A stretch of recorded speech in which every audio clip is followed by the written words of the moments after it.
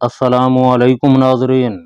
ग़ुलाम मोहम्मद कहने लगा, इसका एक ही तरीका हो सकता है कि ट्रक ड्राइवरों और ट्रकों के साथ चलने वाले दूसरे भर्ती फौजियों को चाय पराठे तकसीम करने वाले लंगरियों के साथ तुम में से भी कोई एक शामिल कर दिया जाए।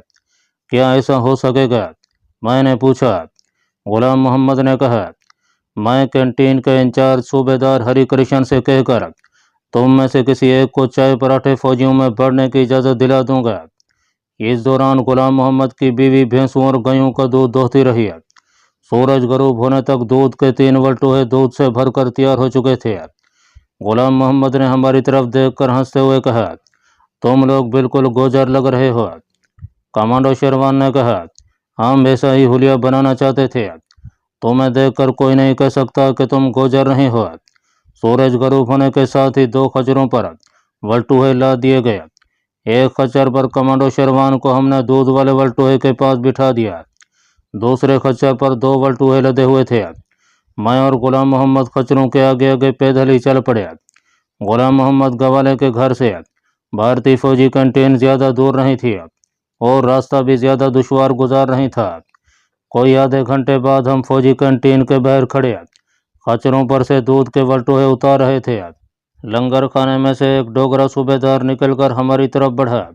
उसने गुलाम मोहम्मद के साथ हम दोनों को देखा तो उससे पूछा, गुलाम मोहम्मद, ये लोग कौन हैं? आज तुम्हारा भाई साथ क्यों नहीं आया? गुलाम मोहम्मद ने बड़े आजाना लहजे में कहा, सूबेदार साहब जी, मेरा भाई बीमार हो गया है। ये मेरे खाला के लड़के हैं, हिंदवाड़े में दूध बेचते हैं, हमसे मिलने आए हुए थे। मैंने कहा, आज ज़्यादा दूध पहुंचाना है, तुम ही मेरी मदद करो। मैं और कमांडो शेरवान बड़े मासूम से चेहरे बनाकर खड़े थे। हमने डोगरा सूबेदार को बड़े अदब से सलाम किया और बेवकूफ़ों की तरह हंसने लगे। सूबेदार ने गुलाम मोहम्मद से कहा, ठीक है, चलो दूध के वल्टूहे अंदर लंगर खाने में रखवाओ और यहीं रहना ज़रा, तुम्हारी ज़रूरत होगी। गुलाम मोहम्मद का नवाई गुजरने की रात को लंगर खाने में ही रहता था और लंगर के लंगरियों के साथ कनवाई के सिपाहियों को चाय और पराठे तकसीम करने में उनकी मदद करता था। हमने वल्टूहे बारी बारी उठाकर लंगर खाने के अंदर एक तरफ रख दिया। लंगर खाने में तनूर गर्म था और एक आदमी तनूर पर बैठा छोटी छोटी रोटियां लगा रहा था। 3-4 चूल्हे थे। एक चूल्हे पर बड़ा सा काला देगचा रखा हुआ था जिसमें चाय पक रही थी। लंगर खाने में एक लकड़ी की मेली कुचैली सी लंबी मेज और लोहे की कुर्सियां पड़ी थीं। उन पर कुछ फौजी बैठे चाय पी रहे थे, एक दूसरे से हंसी मजाक कर रहे थे। गुलाम मोहम्मद ने आंख से हमें इशारा किया। हम उसके साथ ही लंगर खाने से बाहर निकले और एक तरफ होकर ज़मीन पर बैठ गए। इतने में एक काले रंग का सिख फौजी आया, उसके साथ एक अर्दली भी था। मैंने उसके ओहदे की पट्टी देखी, उस पर 3 फूल बने हुए थे। ये कैप्टन था। लंगर के बाहर का बल्ब खूब रोशन था। गुलाम मोहम्मद ने और हमने भी उठकर सिख फौजी को सैल्यूट किया। सिख फौजी रुक गया। गुलाम मोहम्मद से कहने लगा, गुलाम मोहम्मद, ये लोग कौन हैं? गुलाम मोहम्मद ने वजाहत पेश कर दिया। सिख फौजी के चेहरे पर खशूनत के आसार थे। उसने अपने अर्दली को ऑर्डर किया, इन दोनों की तलाशी लो। अर्दली लंबे डग भरता हमारे पास आया और उसने हमारी तलाशी लेनी शुरू कर दिया। मेरे फरन की जेबों को देखा, फिर हाथ लगा लगा कर मेरे सारे जिस्म को टटोला कि कहीं मैंने अपने जिस्म के साथ कोई पिस्तौल रिवॉल्वर वगैरह तो नहीं बांधा हुआ है। मेरी जेब में कुछ नहीं था। इसी तरह उसने कमांडो शेरवान की भी तलाशी लिया, उसकी जेबों में से भी कुछ न निकला। अर्दली ने सिख फौजी से कहा, सर कुछ नहीं है। सिख फौजी ने गुलाम मोहम्मद से कहा, इस बार तो मैंने तुम्हें कुछ नहीं कहा, आगे से कनवाई वाले दिन अपने साथ सिर्फ अपने भाई को लाया करो। भाई ना आ सके तो किसी को साथ लाने की ज़रूरत नहीं, समझे? यह सर समझ गया, गलती हो गई, अब यह गलती दोबारा नहीं होगी सर। सिख फौजी अर्दली के साथ कैंटीन के अंदर चला गया। हमारे पास रिमोट कंट्रोल भी थे, कैप्सूल बमों वाला डब्बा भी था, एक ऑटोमेटिक पिस्तौल कमांडो शेरवान के पास था, एक रिवॉल्वर और रिमोट कंट्रोल मेरे पास भी था, मगर हमारी जेबों में से इनमें से एक शाय भी बरामद न हुई। इसकी वजह यह थी कि हमें तलाशी का पहले ही खदशा था। चुनाचे हमने फौजी लंगर खाने के करीब आकर इन चीज़ों को एक दरख्त के नीचे झाड़ियों में जाकर रख दिया था। रात का अंधेरा हो जाने की वजह से ये चीज़ें वहाँ किसी को नज़र नहीं आई थीं। जब सिख फौजी अंदर कैंटीन में चला गया तो कमांडर शेरवान आहिस्ता से बोला, खुदा का शुक्र है कि इन वक्त पर हमने सारी चीज़ें झाड़ियों में छुपा दी थीं, वरना मारे गए थे। ये चीज़ें हमें झाड़ियों में आधी रात को उस वक्त उठानी थीं जब मिलिट्री कन्वॉय ने वहाँ पहुँचना था और उनमें चाय वगैरह तकसीम होनी शुरू होनी थी। मैं और कमांडर शेरवान वहीं ज़मीन पर लंगर खाने के बाहर बैठे रहे। गुलाम मोहम्मद गवाला अंदर लंगर खाने में लांगरियों का काम काज में हाथ बटाता रहा। रात के 9 बजे गुलाम मोहम्मद अंदर से अपने लिए और हमारे लिए भी 3-3 रोटियां और दाल से भरा हुआ ताम चीनी का प्याला लेकर आया। हम ज़मीन पर ही बैठे बैठे खाने लगे। हम आपस में दबी ज़बान में बातें भी करते जाते थे। गुलाम मोहम्मद कहने लगा, ये सिख फौजी टैंक रेजिमेंट का है। पुल के सिरों पर जो टैंक खड़े हैं सिख फौजी इनका अफसर है, ज़रा सख्त मिजाज का है। मुझे डर था कि कहीं तुम्हें वापस न भेज दे। कमांडर शेरवान ने कहा, कन्वॉय ठीक कितने बजे यहाँ पहुँच जाता है? गुलाम मोहम्मद ने कहा, कभी रात को 12 बजे और कभी 12:30 बजे पहुँच जाता है। पिछली बुधवार को 11:30 बजे ही आ गया था। हम खामोशी से दाल रोटी खाते रहे। गुलाम मोहम्मद ने कहा, तुम्हें बड़ी एहतियात से सारा काम करना होगा। अगर किसी ने हमें ट्रकों में घुसते देख लिया तो समझ लो कि हम में से कोई भी जिंदा वापस नहीं जा सकेगा। मैंने कहा, गुलाम मोहम्मद, तुम उसकी फिक्र न करो। ये काम इतनी राजदारी और सफाई से होगा कि भारतीय फौजियों को पता भी नहीं चलेगा। हकीकत यह है कि गुलाम मोहम्मद भोला भाला सा कश्मीरी गोजर था और वह कुछ डरा हुआ था कि कहीं गड़बड़ न हो जाए। कमांडर शेरवान ने भी उसे तसल्ली देते हुए कहा, तुम इत्मीनान रखो, हमारे काम का किसी को पता नहीं चलेगा। अगर ये सब कुछ हो गया और ट्रक पुल पर जाते ही एक एक करके फटने लगे तो इसके बाद पुल तबाह हो जाएगा। कहीं बाद में भारतीय फौजियों को हम पर शक तो नहीं पड़ जाएगा कि हमने ट्रकों में बम लगाए थे। कमांडर शेरवान ने जवाब दिया, हम पर या तुम पर शक पड़ने का सवाल ही पैदा नहीं होता। इसको एक हादसा समझा जाएगा या ये तस्वुर किया जाएगा कि किसी ट्रक ड्राइवर या ट्रक के ऊपर पहरा देने वाले फौजी की गफलत से ऐसा हुआ है, या किसी ट्रक के ज़्यादा उछलने से ट्रक में रखे हुए किसी दस्ती बम का पिन निकल गया और बम के फटने से धमाका हुआ और उसने सारे ट्रक को और बाकी के एमुनेशन से लदे हुए ट्रकों को उड़ाना शुरू कर दिया। ये कुदरती बात होगी कि अगर एमुनेशन का एक ट्रक फटता है तो उसके आगे वाला या पीछे वाला जो ट्रक आ रहा है वो भी उसके धमाके की वजह से फट सकता है। यूं एक चैन रिएक्शन शुरू हो गया हो, सारे ट्रक उड़ गए। हम पर या तुम पर किसी तरह से भी शक नहीं पड़ेगा। गुलाम मोहम्मद खामोशी से रोटी खाता रहा। खाने के बाद हमने ताम चीनी के मग्गों में लंगर खाने की चाय भी पी। इस दौरान रात के 11 बज गए। कुछ फासले पर पुल के उस पांव वाले सिरे पर रोशनी हो रही थी और पुल के पास ही एक बहुत बड़ा टैंक खड़ा था। उसकी गन की नाली बाहर को निकली हुई थी। 3-4 फौजी रेफने लिए इधर उधर पहरा दे रहे थे। 2 सिपाही पुल पर चलकर गश्त लगा रहे थे। इसी तरह 1 घंटा मजीद गुजर गया। रात के 12 बज गए और वहाँ कोई कन्वॉय न आया। किसी तरफ से भी कोई ऐसे आसार नजर न आया कि पीछे से कोई कन्वॉय आ रहा है। गुलाम मोहम्मद लंगर खाने के अंदर ही था और बर्तन वगैरह साफ कर रहा था। 3 फौजी लंगरी भी उसके साथ बर्तन धो रहे थे। ये शीशे के गिलास और मग थे जिन्हें धोया जा रहा था। गिलासों और मग्गों में कन्वॉय के फौजियों में चाय वगैरह सप्लाई की जाती थी। हम लंगर खाने के बाहर ज़मीन पर उसी जगह बैठे हुए थे। कमांडर शेरवान कहने लगा, कहीं ऐसा ना हो कि आज कन्वॉय ना आया। मैंने कहा, कोई बात नहीं, हम अगली बार बुधवार को आ जाएंगे। सिख फौजी ने हमें देख लिया है। गुलाम मोहम्मद का भाई बुधवार को भी बीमार ही रहेगा और उसके साथ हम ही दूध देने आएंगे। हम अभी बातें कर रहे थे कि पुल के सिरे पर जो फौजी थे उनमें कुछ हलचल पैदा हुई। पुल के सिरे पर जो चेक पोस्ट थी, शायद उसके फौजी को टेलीफोन पर पीछे कन्वॉय के आने की इतला आ गई थी। एक फौजी लंबे लंबे डग भरता लंगर खाने की तरफ आया। उसने लंगर खाने के बाहर से आवाज़ देकर कहा, लांस नाइक आत्माराम तैयारी पकड़ो, आधे घंटे में कन्वॉय पहुंच रहा है। यह सुनकर हमारी तसल्ली हो गई। अंदर से लांस नाइक आत्माराम की आवाज़ आई, फिक्र नहीं हवालदार, सब ठीक है। लंगर खाने में से तले हुए पराठों की खुशबुएं आने लगी थीं। गुलाम मोहम्मद अंदर काम में लगा हुआ था। किसी वक्त वो बाहर आता तो हमारी तरफ भी एक नज़र डाल लेता था। हम ज़मीन पर टांगें फैले इसी तरह बैठे थे जैसे हमें किसी किस्म की कोई फिक्र नहीं है। लंगर खाने के बाहर अंदर वाली लकड़ी की लंबी मेज़ निकाल कर लगा दी गई और उस पर ताम, चीनी के मग और शीशे के गिलास लाकर रख दिए गया। गुलाम मोहम्मद ने 2 टोकरियां लाकर मेज़ पर रख दी। थोड़ी देर बाद पुल की तरफ से 2 फौजी मार्च करते आए और लांस नाइक आत्माराम को बुलाकर पूछा, चलो आत्माराम, सामान लेकर चलो, कानवाई पीछे हाल्ट हो गया है। ठीक है, फिक्र नहीं। दोनों टोकरों में चीनी के मग और गिलास डाल दिए गए। एक लांगरी अंदर से एक टोकरी उठा कर ले आया।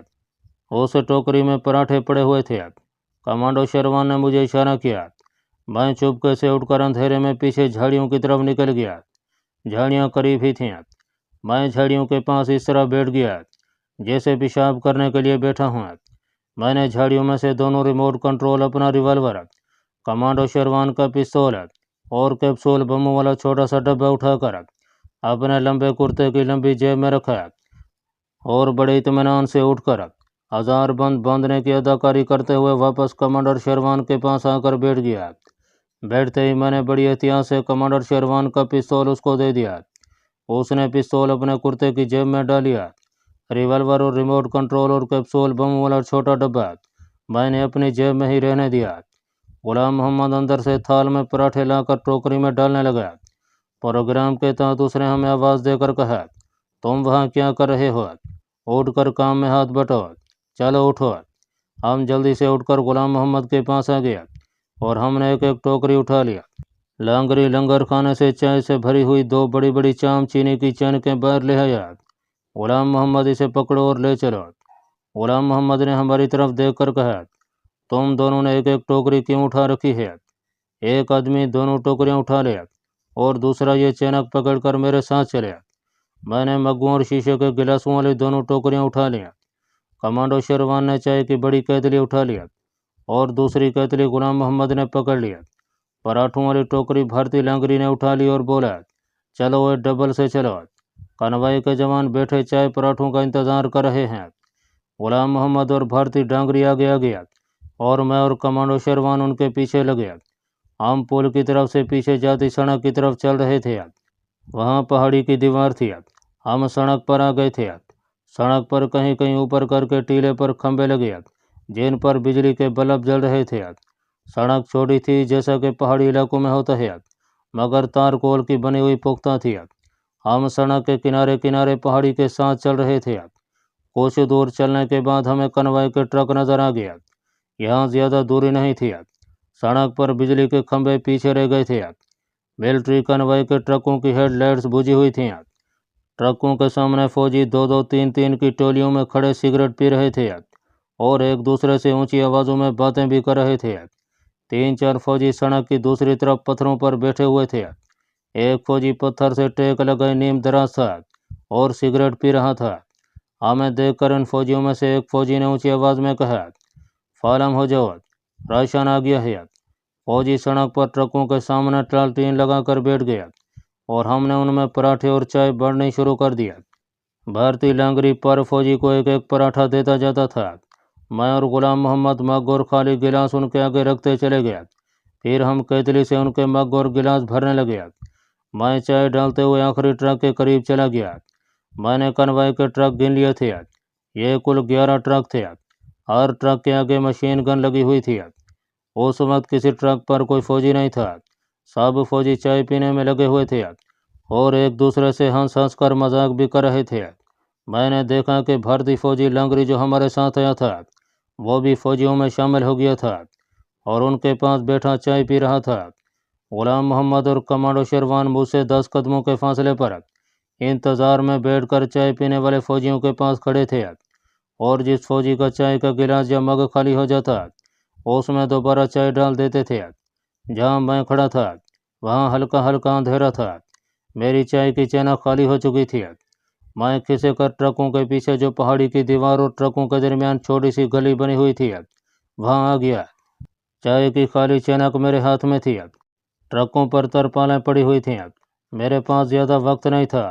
किसी भी वक्त इधर कोई फौजी आ सकता था, मगर भारतीय फौजी सारे के सारे ट्रकों की दूसरी तरफ सड़क पर बैठे चाय पीने और पराठे खाने में मसरूफ़ थे।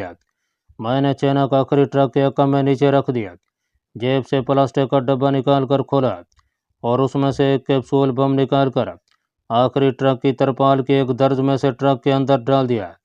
इसी तरह मैं जल्दी जल्दी एक एक कैप्सूल बम और ट्रकों के अंदर रखता आगे बढ़ता गया। छोटा सा कैप्सूल ट्रक में किसी भी जगह से डालना मुश्किल काम नहीं था। तरपाल की रस्सियों और उसके सुराखों में से मैं बड़ी आसानी से कैप्सूल अंदर डाल सकता था। खतरा सिर्फ इस बात का था कि किसी तरफ से कोई फौजी अचानक आकर मुझे ऐसा करते देख न ले, मगर मुझे इस खतरे से बेनियाज होकर यह काम करना था और मैंने 11 के 11 ट्रकों में 11 बमों के कैप्सूल डाल दिया। इसके साथ ही मैं तेज तेज कदम उठाता आखिरी ट्रक के पास आ गया, जहां मैंने चाय की खाली चैनक जमीन पर रखी हुई थी। ट्रकों के पीछे अंधेरा था, जिसकी वजह से दो ट्रकों के दरमियान जो थोड़ी सी खाली जगह थी, वहां से मैं सड़क पर बैठे हुए भारतीय फौजियों को नजर नहीं आ सकता था। मैंने चाय की खाली चैनक उठाई और ट्रक के पीछे से निकलकर सड़क पर आ गया।